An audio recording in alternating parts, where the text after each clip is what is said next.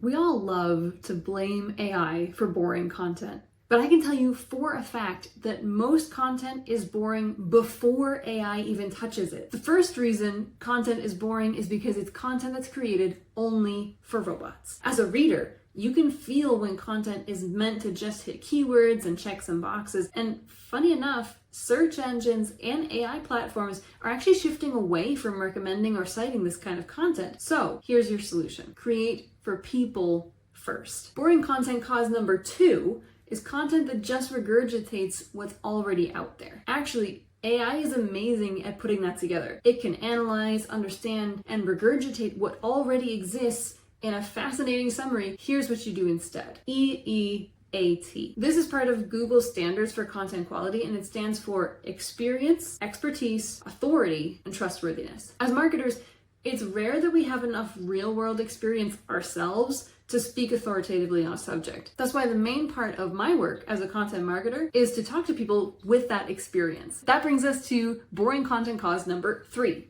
Content by committee. I was once working on a marketing team where every piece of content had to go through another content marketer for edits, the head of content, that's pretty normal, the director of marketing, the CEO, and sometimes the CFO.